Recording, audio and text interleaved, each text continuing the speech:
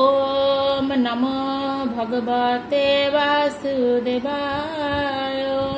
শ্রীমদ্ ভগবত গীতা যথাযথ দ্বিতীয় অধ্যায় শ্লোক নং 7। কার্পণ্য দোষ উপহত স্বভাব পৃচ্ছামি ত্বং ধর্ম সমূঢ়চেতা যৎশ্রেয়সাৎ নিশ্চিতং ব্রূহি তৎমে শীর্ষতে অহম সাধিমাং ত্বাম প্রপন্নাম। অনুবাদ: কার্পণ্যজনিত দুর্বলতার প্রভাবে আমি এখন কিংকর্তব্য বিমূঢ় হয়েছি এবং আমার কর্তব্য সম্বন্ধে বিভ্রান্ত হয়েছি।